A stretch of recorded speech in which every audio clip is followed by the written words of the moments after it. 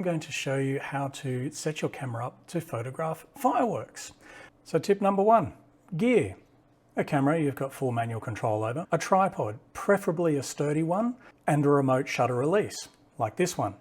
Tip number two, use bulb mode if you have a remote shutter release. Bulb mode means that for as long as you hold the shutter down, the camera will take an exposure. Tip number three, so start out with an aperture around f8 and your ISO, you want to set it to 100. Tip number four, be conscious of where you're setting up and where the crowds might be.